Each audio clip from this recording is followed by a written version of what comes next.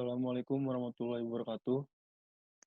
Di sini dari kelompok 3 ingin mempresentasikan laporan pengembangan produk dengan judul produk tempat pensil nyaman. Next.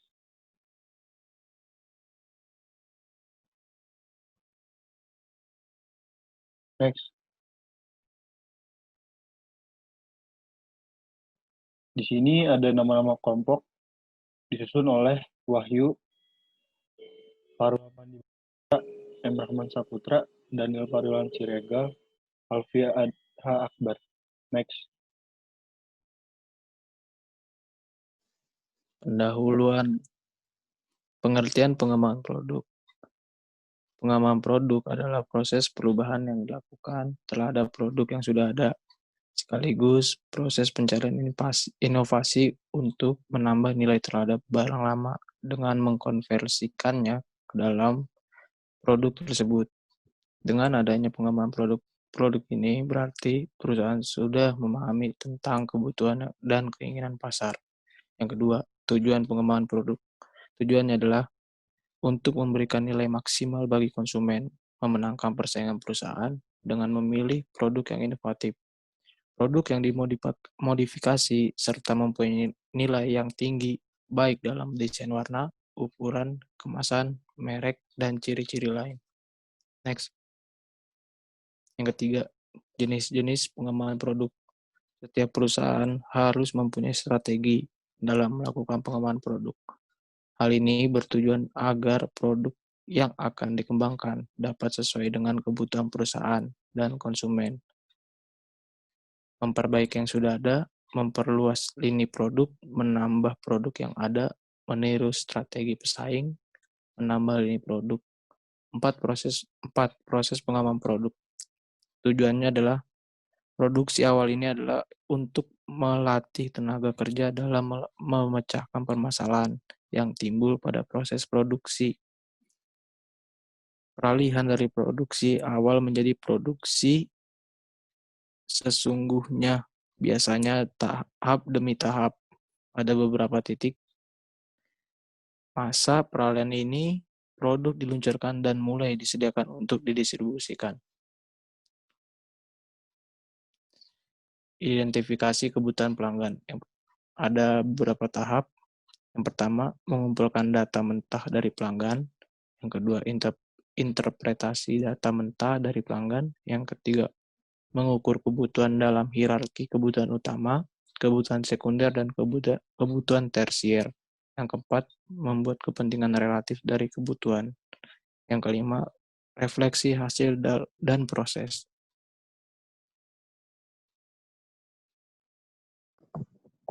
Ya, selanjutnya target pemasaran dari produk kami. Itu ada mahasiswa dan anak sekolahan. Kenapa kami memilih mahasiswa dan sekolahan? Karena ini relatif nyambung dengan produk kami. Nah, selanjutnya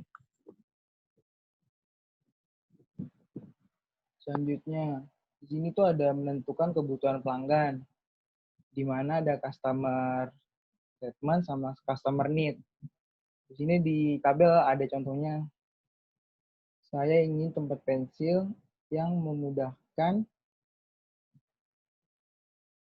dalam menyimpan. Sebentar.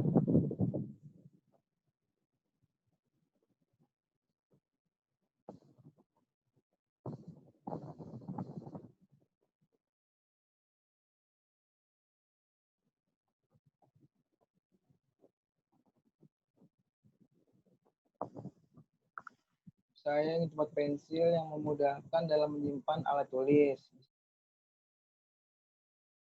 Ini customer need-nya itu tempat pensilnya harus dapat dibawa kemana-mana. Yang kedua itu adalah saya ingin tempat pensil yang memiliki kipas dan power bank. Ini keunggulan dari produk kami. Dan customer need-nya itu tempat pensil memiliki kipas dan power bank. Nah, customer statement selanjutnya itu ada saya ingin tempat pensil yang dapat membantu saat perpergian. Customer need-nya itu tempat pensil dapat membantu saat berpergian. Customer statement-nya itu ada saya ingin tempat pensil yang memiliki desain menarik dan praktis. Customer need-nya itu ada tempat pensil memiliki desain menarik dan praktis. Customer statement-nya itu ada saya ingin tempat pensil yang memiliki keunggulan lain. Customer need-nya itu ada tempat pensil memiliki keunggulan lain.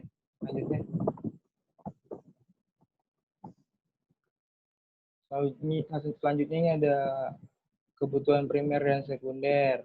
Kebutuhan primernya itu kemudahan. Sekundernya ada di dalam tabel, tempat pensil mudah dibawa ke bepergian, tempat pensil memiliki model yang praktis, tempat pensil memiliki baterai lithium 18650 sebagai sumber daya dari kipas dan powerbank. Tempat pensil memiliki banyak penggunaan, tempat pensil mudah digunakan fitur fungsinya, tempat pensil memiliki material yang baik. Lalu kebutuhan primernya itu ada kegunaan. Nah, sekundernya itu tempat pensil ini merupakan tempat pensil multifungsi. Tempat pensil ini memiliki kipas tanpa menggunakan listrik. Tempat pensil ini terdapat power bank untuk mengisi ulang baterai handphone. Tempat pensil ini dapat juga dibawa kemana-mana, traveling. Nah, primer yang selanjutnya itu ada harga. Sekundernya itu tempat pensil ini memiliki harga yang terjangkau. Selanjutnya, kepentingan relatif. Setelah dilakukan penyebaran kuesioner, ini adalah hasil dari 12 responden yang kami dapatkan sebagai berikut. Ada 6 orang yang sangat setuju, ada yang 4 orang sangat setuju, 2 orang ragu-ragu, sisanya 0. Ya, selanjutnya. Di sini ada skala berikut.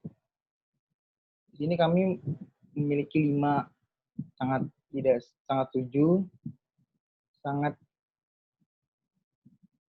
tidak setuju, ragu-ragu, setuju, dan sangat setuju. Nah, skor ideal. Bagaimana cara mencari skor ideal? Nilai skala dikali jumlah responden. Rumusnya itu 5 kali 12 sama 60. Skor idealnya SB, dan seterusnya. Sehingga setelah itu dapat kepentingan relatifnya sebagai berikut. Tempat pensil nyaman, kebutuhannya tempat pensil dapat dibawa kemana-mana. Kepentingannya 5. Tempat pensil nyaman digunakan. Kepentingannya 5. Tempat pensil nyaman, tempat pensil yang tahan lama. Kepentingannya 5. Tempat pensil nyaman, kipas dan powerbank hemat energi. Kepentingannya 5. Tempat pensil nyaman, tempat pensil mudah digunakan. Kepentingannya 5. Dan masih ada 6 lagi kepentingan relatifnya seperti tabel. Selanjutnya, menentukan spesifikasi target.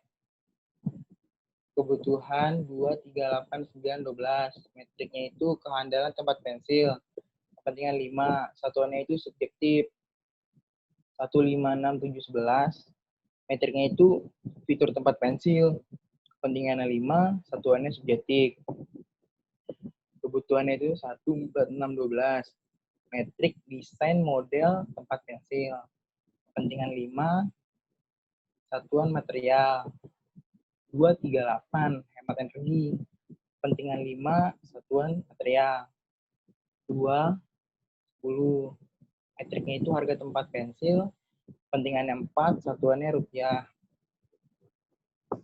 Nah, di sini ada need metric, di mana pada tabel itu ada simbol titik hitam dan simbol titik tapi tidak hitam.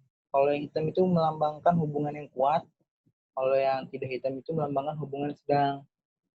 Di tabel ini ada hasil-hasilnya, bisa dilihat ya. Oke, selanjutnya.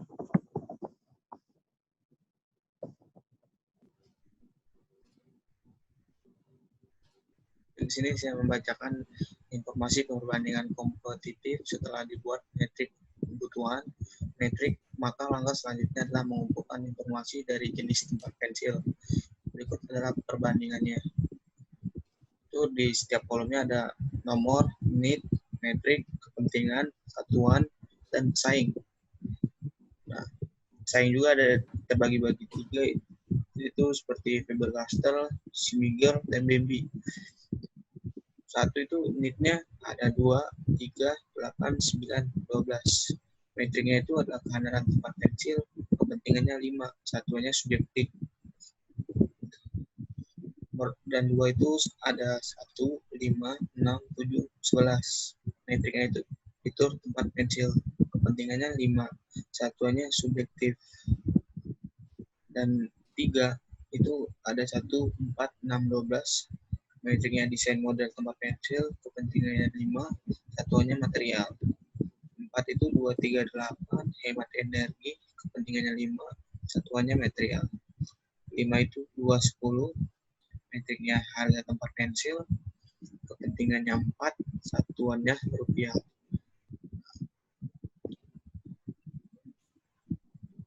Dan di pesaing juga ada berkasnya hanya menyimpan alat tulis, 2 anti air, 3 solid color atau hijau, dan ada harga dari 95.000 sampai 115.000 rupiah. Buat Schmigelnya yang pertama hanya menyimpan alat tulis, kedua penyimpanan yang luas, ketiga solid color, bisa pink, merah ataupun biru. Dan harganya berkisaran dari 130.000 sampai 200.000 rupiah. Untuk yang Bambi-nya hanya menyimpan alat tulis, gold sintetis yang kuat, solid color, itu ada orange, merah, biru, hijau Tosca. Harganya mulai dari harga 35.000 sampai 100.000 rupiah. Setelah dilakukan perbandingan kompetitif, maka bisa dihitung nilai target ideal dan nilai marginal sebagai berikut. Di tabel ini ada kebutuhan metrik, satuan, nilai marginal, dan nilai ideal. Nah, dari nilai marginal ini ada 1, pertama kebutuhannya itu 2, 3, 8, 9, dan 12. Metriknya kehandalan tempat pensil, satuannya subjektif, nilai marginal tidak mudah rusak, nilai idealnya tidak terdapat kipas dan power bank menggunakan baterai. Nomor 2, kebutuhannya 1, 5, 6, 7, 11. Metriknya itu tempat pensil, satuannya subjektif, nilai marginalnya anti pecah, nilai idealnya dapat dibawa kemana saja. Nomor 3, kebutuhannya 1, 4, 6, 12. Metriknya desain model tempat pensil, satuannya material, nilai marginalnya minimalis dan tidak terlalu besar, nilai idealnya semua solid color.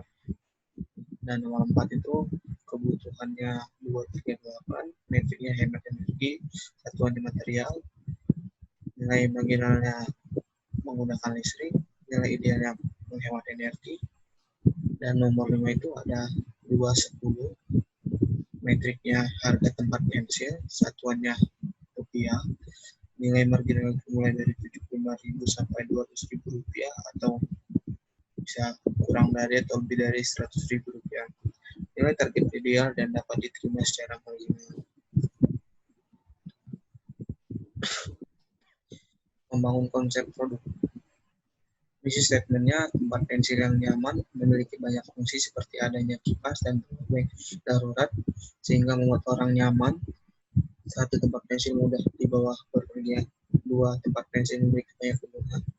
Ketiga, itu tempat pensil mudah digunakan fitur fungsinya. Spesifikasi targetnya mudah dibawa kemana saja karena modelnya yang handle dan menggunakan baterai lithium 1850 sebagai sumber daya dari kipas dan power bank. Di sebelahnya ada pensil, disimpan di tempat pensil, pensil aman. Posisi tempat pensil, model tempat pensil, power bank dan kipas, maka posisi tempat pensil, model tempat pensil juga. Material ringan, tempat pensil kokoh, dan bahannya bagus. energi listrik, power bank, dan kipas. Tempat pensil,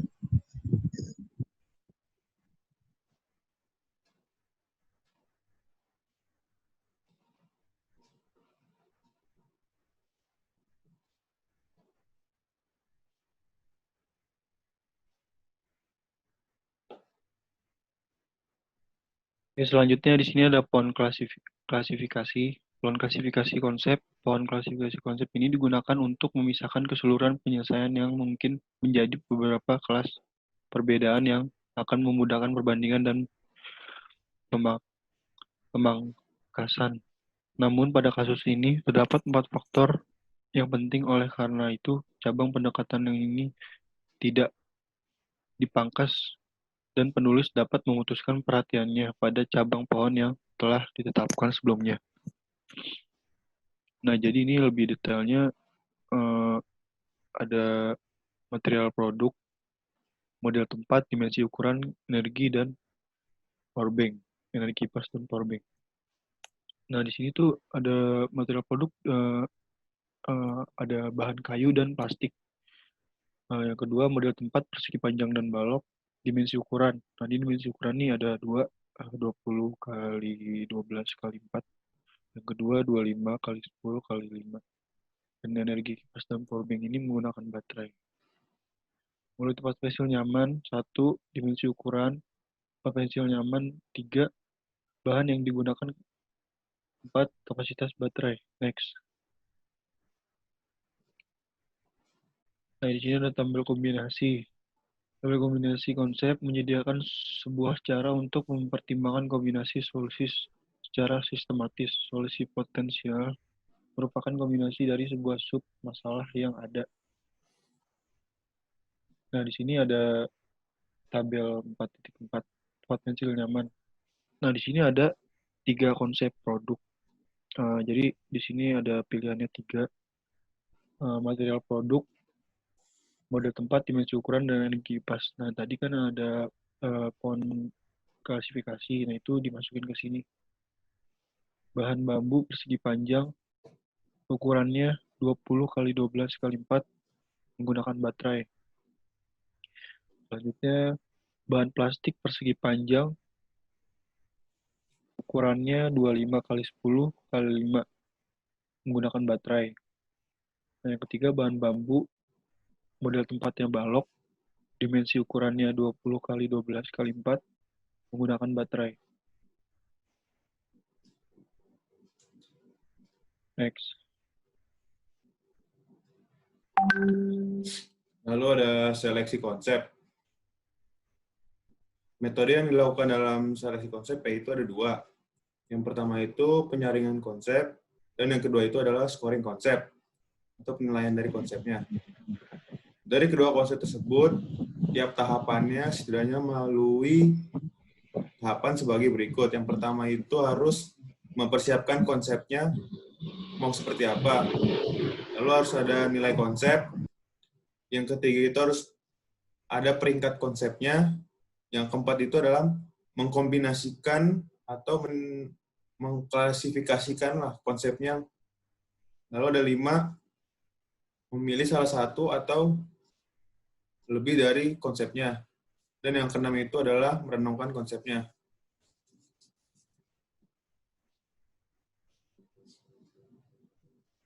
Lanjut. Lalu ini ada tabel penyaringan konsep. Sama seperti yang sudah teman saya jelaskan yang sebelumnya, tempat pensil ini memiliki 3 konsep. Lalu diambil menjadi 1 dan dipilih. Di sini ada 3 konsep, yaitu ada konsep A, B, dan C. Dari slide yang tabel sebelumnya itu, konsep A itu tadi yang panah warna kuning, konsep B itu yang panah warna hitam, dan konsep C itu panah warna biru. Di sini indikator plus itu melambangkan konsep itu lebih baik dari produk yang lain, dan kalau misalkan minus itu lebih buruk dari yang lain. Di sini jumlah plus paling banyak didapat dari konsep A. Sedangkan jumlah minus negatif itu paling banyak dari konsep C. Lalu setelah mendapat nilai akhir, konsep A itu lebih unggul dari ketiga konsep tersebut dan mendapat peringkat pertama. Lalu dipilih sebagai konsep yang diinginkan. Lanjut. Lalu ini ada scoring penjaringan konsep. Scoring konsep ini digunakan untuk memilih konsep yang terbaik dari beberapa alternatif yang terpilih dan lebih detail dengan mempertimbangkan bobot kriteria. Di sini persenannya ditentukan dari kepentingan yang ada pada tabel sebelumnya. Di sini tiap kriteria ini memiliki persen masing-masing. Kemudian ini 5%, hemat energi 15%, efisien dan praktis 20%, daya tahan 20%, fungsi 15%, portable 20%, dan tampilan 15%. Pada konsep A ini, total nilainya itu 3,3. Lalu konsep B 3,2, dan konsep C 2,8. Nilai beban itu adalah hasil kali dari beban dikali dengan rating. Lanjut. Lalu ini desain produk dari produk yang kita buat. Dari tampak depannya, seharusnya ini di samping baterai ini, di samping kipasnya ada power bank yang nanti terhubung ke kipas untuk diberikan daya. Lalu ini ada tampak samping dari tempat pensil yang nantinya ada port untuk mengecas dari power bank dan juga ada gambar tampak atas. Lanjut. Lalu desain untuk manufaktur. Di sini untuk membuat kerangka tempat pensil satu buah itu terbagi menjadi 2. Ini maksudnya bawahnya adalah kerangka utama, pensil, dan tempat baterai. Jadi menggunakan 2 kayu dan 4 baut. Dan dari tempat baterainya menggunakan 1 kayu dan 2 baut. Ini hanya gambaran kasar yang kami buat. Dan ini adalah biaya produksi untuk membuat 1 kali produksi tempat pensil nyaman. Di sini kita menggunakan 2 material, yaitu 4 material. Yang pertama itu baut, mur, dan kayu plastik. Situ ada harganya juga. Lalu total cost yang dibutuhkan dalam 1 kali produksi adalah Rp319.000.